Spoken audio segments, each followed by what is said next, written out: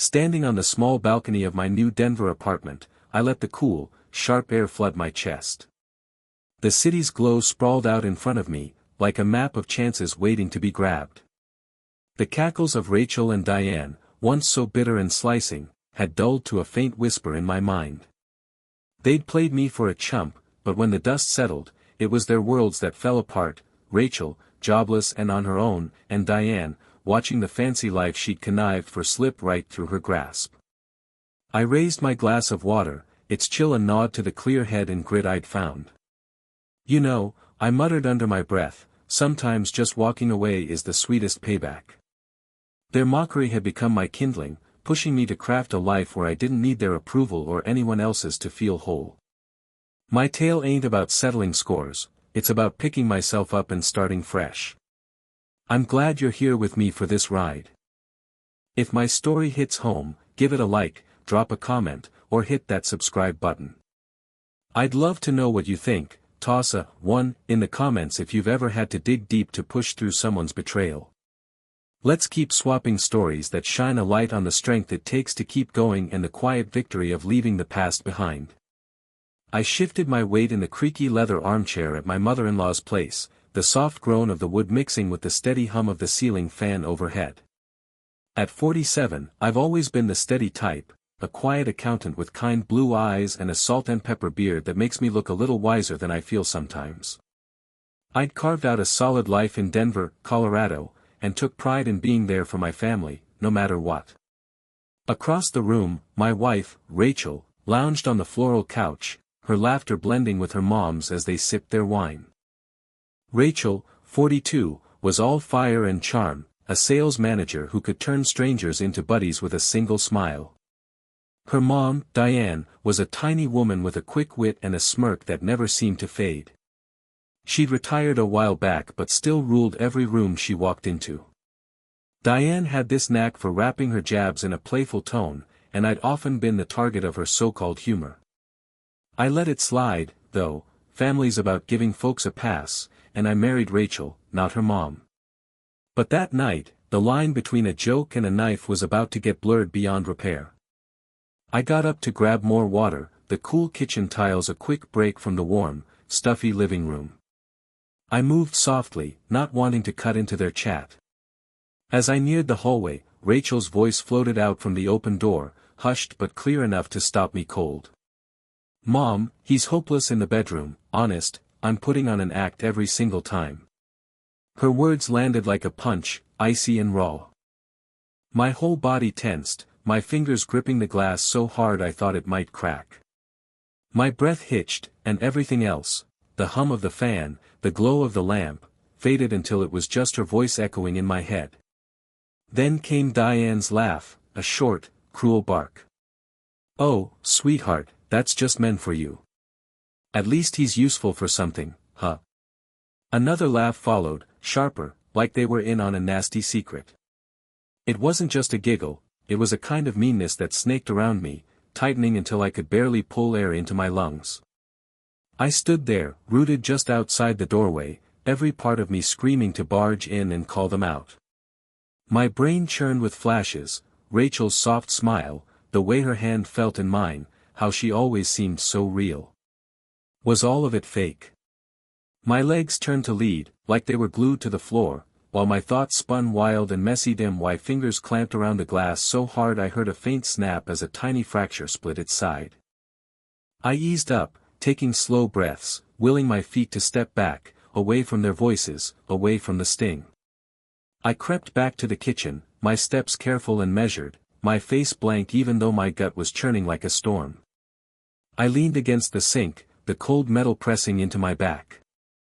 In the kitchen window, my reflection was just a dark outline against the faint glow outside, sunken eyes, a clenched jaw, the shadow of a guy I barely recognized. My brain kept looping Rachel's words, each replay like another jab to the ribs. Me, a joke in bed. I've never been one to brag, always figured I was just a decent husband, nothing flashy. I worked hard, kept the bills paid, tried to show her love and care. How long had she been thinking this? Was every intimate moment just her putting on a show, laughing inside while I bought it all? My stomach twisted.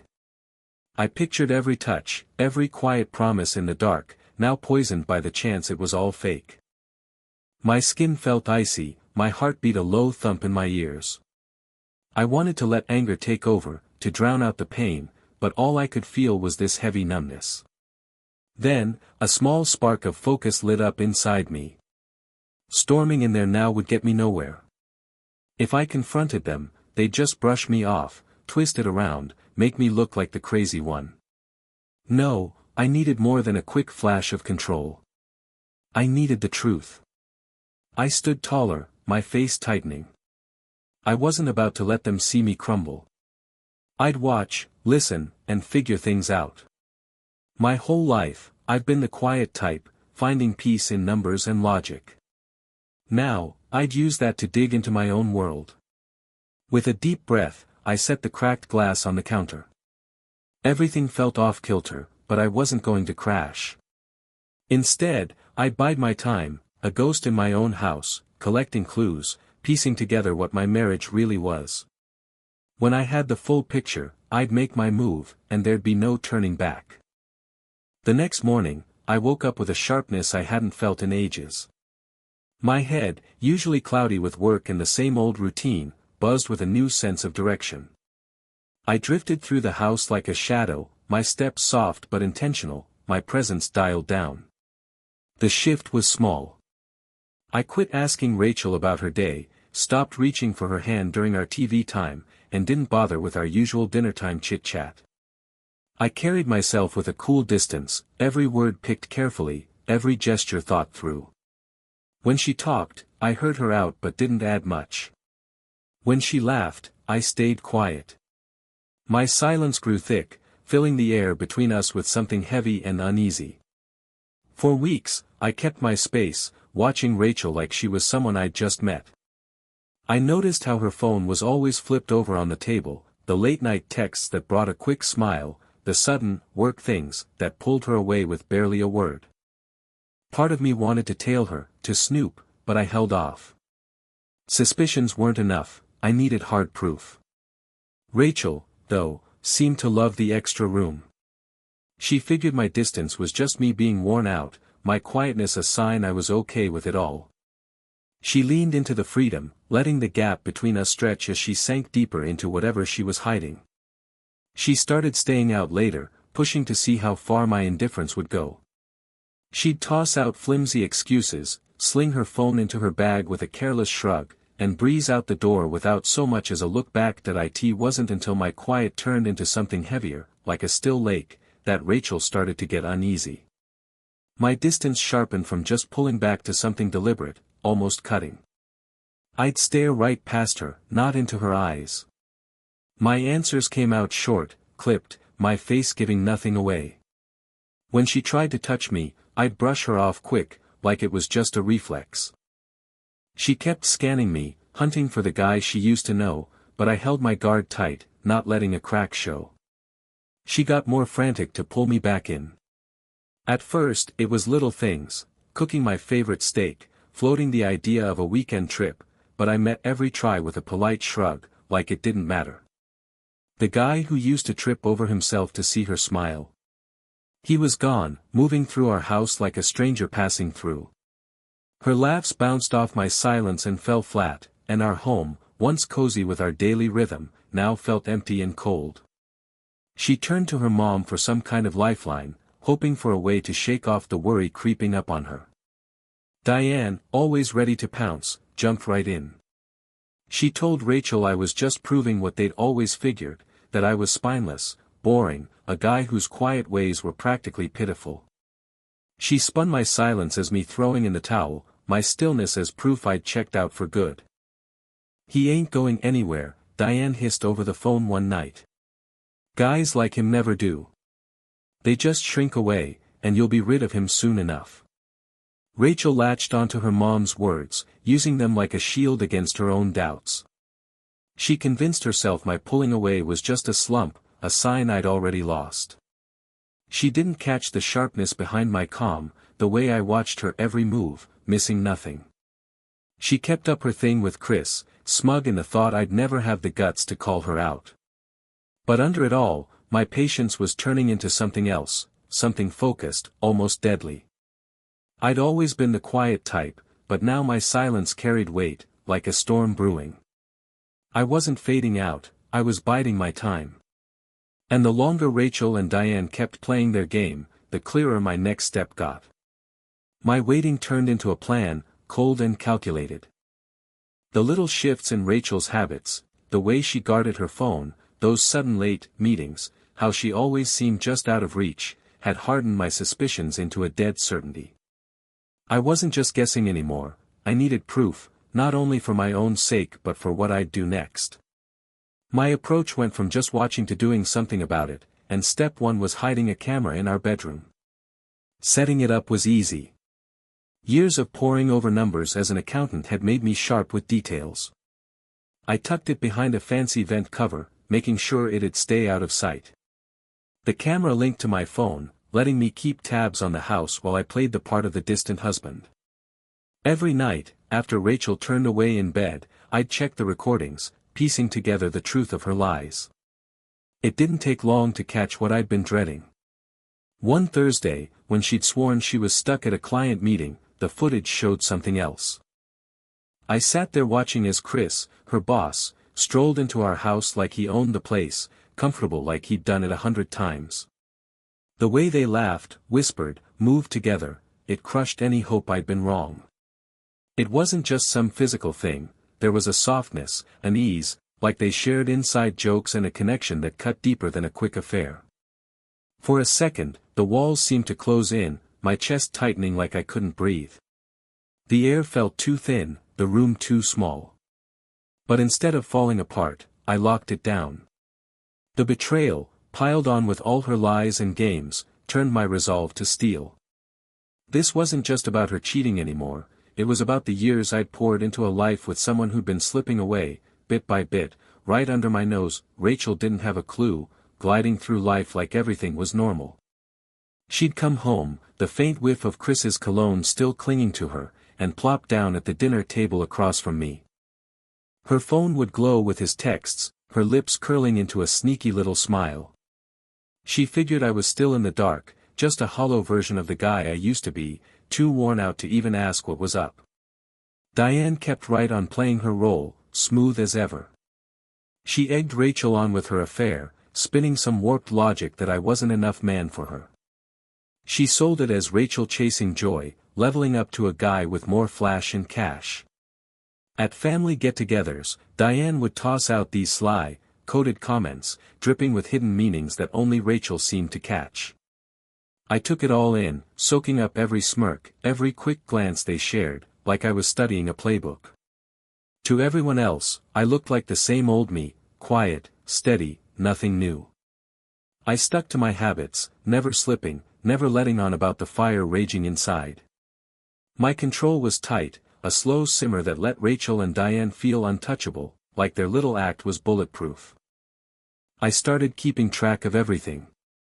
Every late-night call got recorded, every sketchy bank statement saved, every text between Rachel and Chris screenshot and filed away.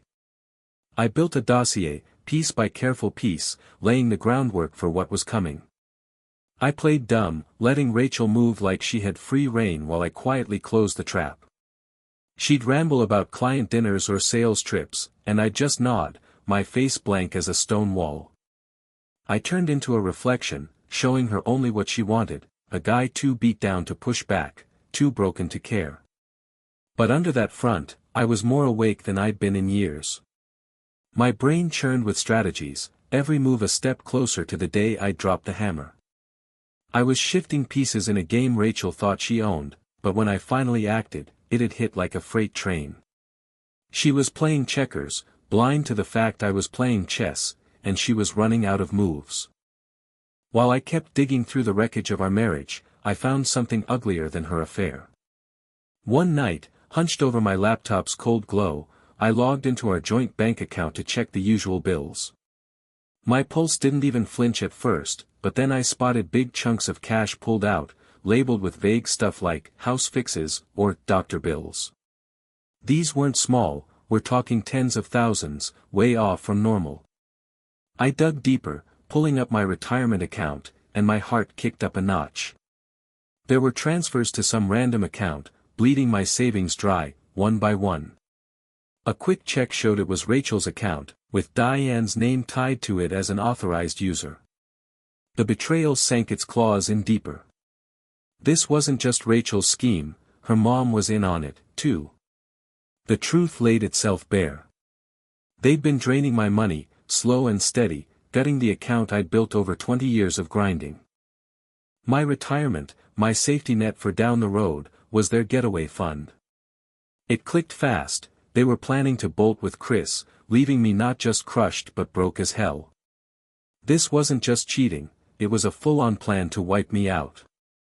They wanted to strip me of my cash, my pride, my whole damn life, and walk away laughing. The truth sank into me, heavy but not breaking me down. I didn't have space for anger, just a cold, focused calm. If they thought I was some pushover, a guy too soft to hit back, they were in for a hell of a surprise. My first move was calling a lawyer, a no-nonsense pro named Catherine who'd made a name tearing through messy divorces. I laid it all out for her, the cheating, the stolen money, the stack of proof I'd been piling up. Her face stayed cool as ice, but I caught a spark in her eyes, like she could already taste the win. She mapped out what I needed to do, lock down my money, gather more evidence, and get ready to move fast and hard. I didn't waste time. I opened new bank accounts just for me, funneled my paycheck to a safe spot, and pulled what was left of my retirement savings before they could bleed it dry. I tucked assets into a trust, sealed tight so nobody but me could touch it. Every move was careful, like working a puzzle, making sure I'd be set when the moment came. I even rewrote my will, cutting Rachel and Diane out and naming my brother, the one guy who'd always had my back, even from a distance, as the new beneficiary. To keep up the act, I played my part like a pro.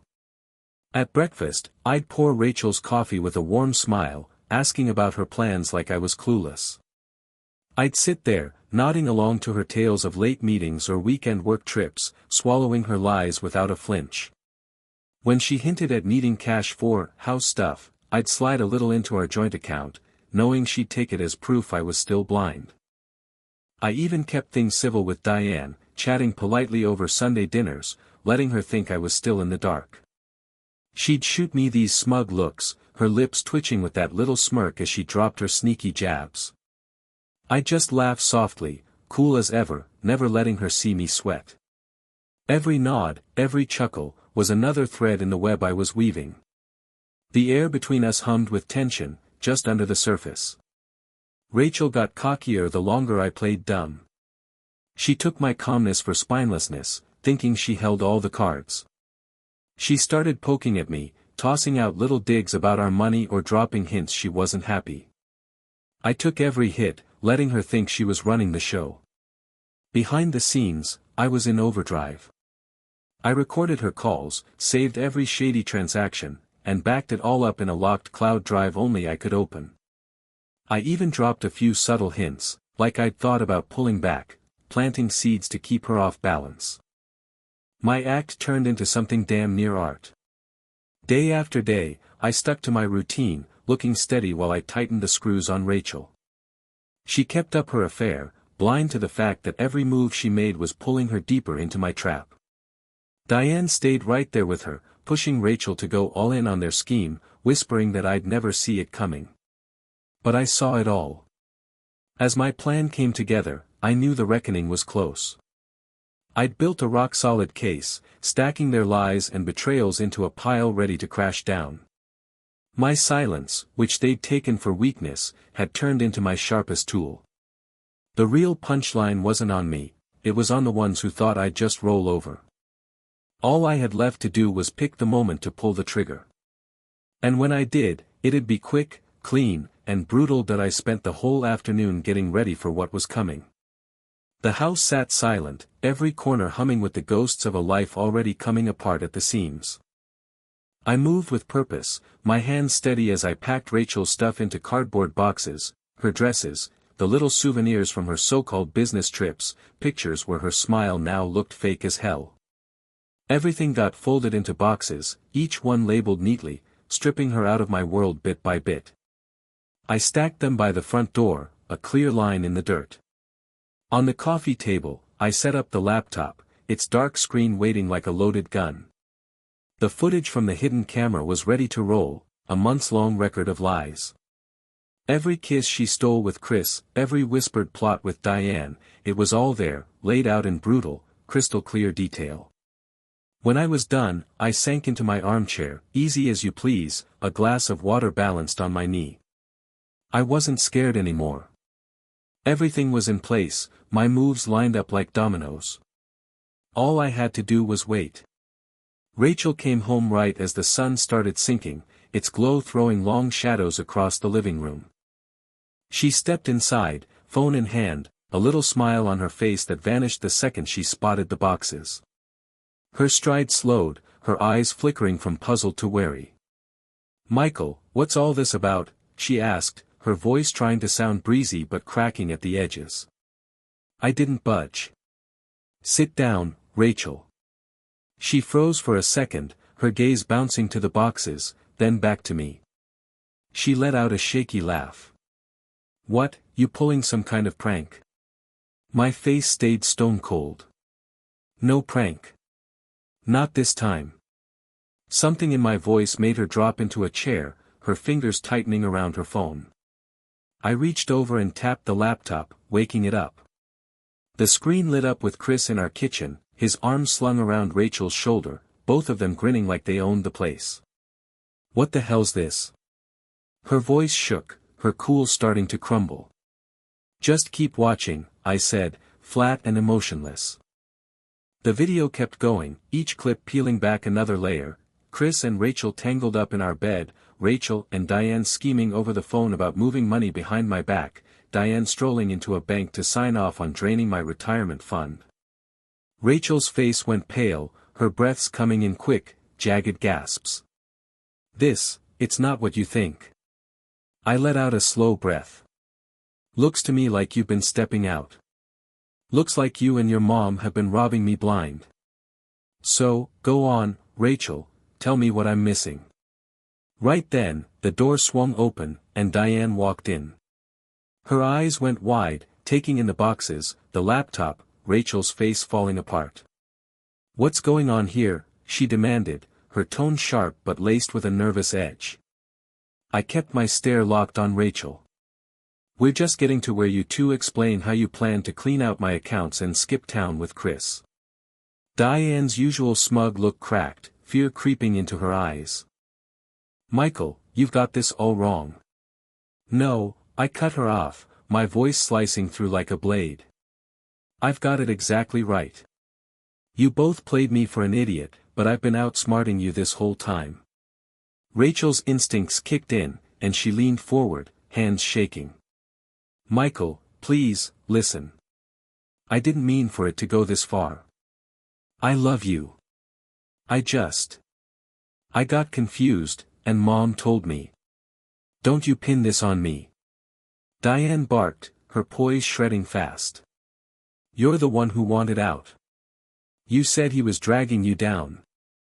I sat back, watching them tear into each other, their little team breaking apart as the truth came spilling out that I let the quiet drag on, their accusations and excuses hanging in the air like a thick fog. When I finally opened my mouth, my voice came out steady, almost soft. "You thought I was the punchline, Rachel. Turns out, you're the one getting laughed at." Rachel's lips twitched, but nothing came out. That smug mask she'd worn, that air of being untouchable, it all fell apart, leaving nothing but dust. Her whole world, built on thinking I'd just roll over, was crumbling fast. "What are you gonna do?" she murmured, her voice shaky and small. I got to my feet, moving slow, every step deliberate.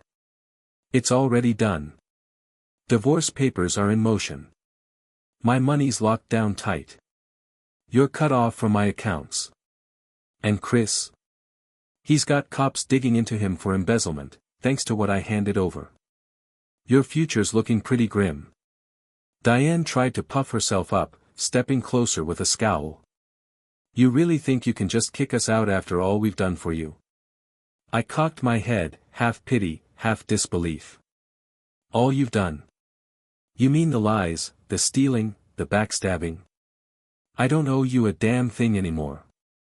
I walked to the door and swung it open, letting the chilly night air pour in. Grab your stuff and get out, both of you. If you're still here tomorrow, I'm calling the cops. My words hit like a ton of bricks, leaving them no wiggle room. Rachel shuffled to the boxes, moving like a robot, no fight left. Diane muttered, her sharp edge dulled, fading into the background as she helped haul their things to the driveway. I stood there, silent, my presence making it clear this wasn't up for debate, this was the price of their choices, the end of the game they thought they'd win. When the door shut behind them, I was alone in the quiet house. I looked around, soaking in a space that, for the first time in forever, felt like mine. My shoulders loosened, the weight I'd carried melting away. The storm was over, leaving a calm I'd almost forgotten could exist. I dropped back into my chair, the laptop still open on the coffee table. I hit play, watching the footage, not as some broken guy, but as someone who'd taken his life back. My voice came out low, barely a whisper, but it filled the room. Joke's done. The days after they left were a blur of court filings and fallout. Rachel figured Chris would be her safety net, swooping in like some knight to save her from the mess of our marriage. She blew up his phone, scared and begging, her texts full of sorries and please help MES. But Chris, true to form, was already gone. It didn't take long for the real story to break. Chris never had any plans to stick with Rachel, his interest was all business, cold and calculated. With the evidence I'd turned over, the cops unraveled his whole scheme, a slick embezzlement setup at his company, using Rachel and Diane's access to my accounts as a cover. The cash he helped them swipe got funneled into hidden accounts, padding his own pockets while setting Rachel up to take the hit. When the cops hauled Chris in, his betrayal went public. He admitted flat out he'd used Rachel as a pawn, shattering the last shred of her fantasy. She'd tossed away our marriage, her security, even her self-respect for a guy who saw her as just a means to an end. All those sweet promises he'd fed her, those late-night talks about a fresh start, gone like smoke. Rachel was left with nothing. Her accounts were drained, her name trashed. The friends who'd backed her up during the divorce, they bailed, not wanting to get dragged into the mess of a criminal case. Rachel sat slumped on a beat-up couch in the tiny apartment she'd scraped together, staring at the chipped wallpaper as the quiet closed in around her. The truth hit her like a tide, rolling in over and over with no mercy. She'd thrown it all away, everything, and it was nobody's fault but her own. Diane wasn't doing any better. That sharp, scheming woman, who'd always slipped through life without a scratch, now faced Rachel's fury head-on. Rachel pointed the finger at her for it all, for cheering on the affair, for nudging her toward Chris, for convincing her I was just a chump. Their tight bond, once unbreakable, splintered under the pressure of their shared bitterness. Their fights turned nasty, voices echoing through the flimsy walls of their new, run-down place. Diane snapped back, telling Rachel her own choices landed them here, while Rachel flung every rotten piece of advice, every twisted word, right back at her. Their partnership, stitched together with lies and games, fell apart, leaving nothing but the ugly truth. They'd rolled the dice, and they'd come up empty. For me, the aftermath felt like breaking free. The heaviness didn't just lift from my shoulders, it was like my whole self could finally breathe. The house, once thick with secrets and stress, settled into a peaceful hush. I took down the cameras, wiped away the last bits of my detective work, and started taking my life back. My days became mine again, my home a safe haven instead of a war zone. I reached out to old buddies, spending weekends trekking through the mountains or grabbing quiet dinners with folks who actually cared about me. The wounds from their betrayal were still there, but they didn't own me anymore.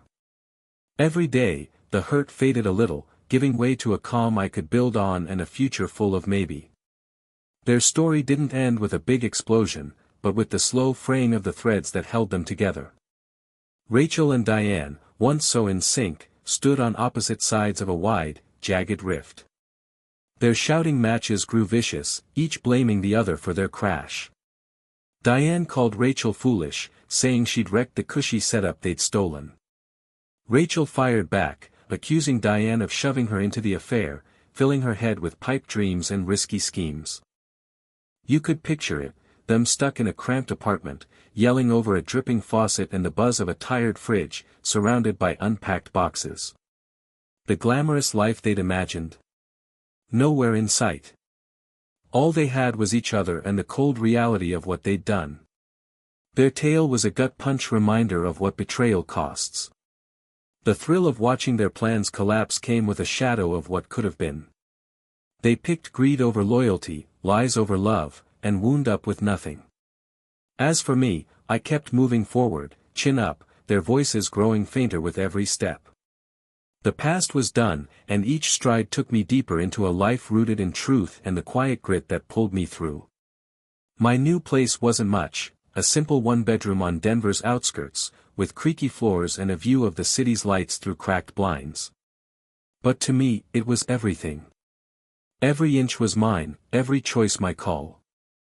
I made it my own, hanging up shots from my Colorado trail hikes and setting up a desk where the morning sun spilled in. I leaned into the little things that made life good again. That I signed up for a local hiking crew, hitting the trails on weekends and sucking in that sharp, clean mountain air. I got back in touch with old buddies, grabbing coffee and digging up memories that had been buried under the weight of my old, lonely days. I started messing around with woodworking, finding a kind of peace in the steady scrape of sandpaper and the way raw lumber could turn into something useful. My hands, once balled up with anger, moved with a calm focus now, crafting not just tables and shelves but a whole new chapter for myself. The people I hung with now were the real deal. No more fake smiles or empty small talk. My friends saw me for me, not for what I could do for them. I laughed more, big, honest laughs that came from a place of real happiness. I started feeling like part of something bigger, pitching in when folks needed a hand and letting them help me out too, finding a kind of strength in that back and forth of true friendship. In the still moments, I'd sit and think about everything I'd been through. I'd walked through hell and come out not just okay but different, better. Rachel's betrayal used to burn like a mark I couldn't shake. But as the months rolled by, it turned into something else, a scar that showed where I'd been, not where I was headed. Letting go of her and Diane hurt, no question, but it was what I had to do. I saw it clear now, their absence was a blessing, like clearing out clutter to make room for good stuff. I learned you can't keep holding on to folks who drag you down, it just pulls you into their shadows. Cutting them loose set me free to climb higher. My strength wasn't just a wall to keep the world out anymore, it was a quiet sureness that guided how I lived. I didn't need anyone's approval to feel good about myself, not from people too blind to see what I was worth. I liked my own company, found comfort in quiet nights alone, and started facing life with a kind of openness I hadn't felt in years, or maybe ever. One night, as the sun dipped behind the peaks, I stood on my little balcony, a mug of tea warming my palms. The sky turned from fiery orange to a deep, rich purple, and the city's lights flickered on, like a map of chances laid out in front of me. I took a long breath, letting the cool air fill me up. The heaviness of everything I'd carried was gone, and a small grin crept across my face. This was what freedom felt like, not just breaking out of a rotten marriage, but shaking off the mental and emotional chains, stepping into a world where I could just be me. I didn't need some big speech or flashy move to show I'd left it behind. The calm I felt said it all. Staring out over Denver, a quiet thought hit me, soft but heavy. Sometimes, you gotta lose what you thought mattered to figure out what you're really meant for. I took a sip of my tea, its warmth sinking deep, and I knew for sure my life had shifted onto a new track. I'd been the butt of someone else's joke once, but now I was the one holding the pen, scratching out a story of grit, hope, and a kind of victory that doesn't need a spotlight. With every morning's light, I moved deeper into the world I'd carved out, one built on what's real, wrapped in honest care, and anchored by a rock-solid feeling that the good stuff was still ahead. Standing there on my balcony, my journey looped back around, not as some big payback scheme, but as a tale of steady strength and finding who I really am. It wasn't just about breaking free from lies, it was about grabbing hold of myself again and settling into a calm I'd earned. My story makes me wonder, you ever stuck around in a relationship where you felt invisible, only to see that letting go was the best damn thing you could have done for yourself? For anybody who's ever felt like they were just a sidekick in their own life, what I've been through says loud and clear that freedom starts with one brave step away from what's holding you down. Sometimes, the sweetest revenge ain't about getting even, it's about not giving a damn anymore. Real strength isn't in throwing punches, it's knowing when to turn and walk. When you take back your worth, the ones who wrote you off are left staring from the cheap seats. So, if you've ever felt like someone else's punchline, don't forget, you're the one writing your story. As the sun dipped behind Denver's skyline, I knew mine wasn't done, it was just getting started. Every page from here on out was mine to fill. If this hit home for you, drop your thoughts below. Your story's got weight, and it might just light the way for someone else finding their road to freedom.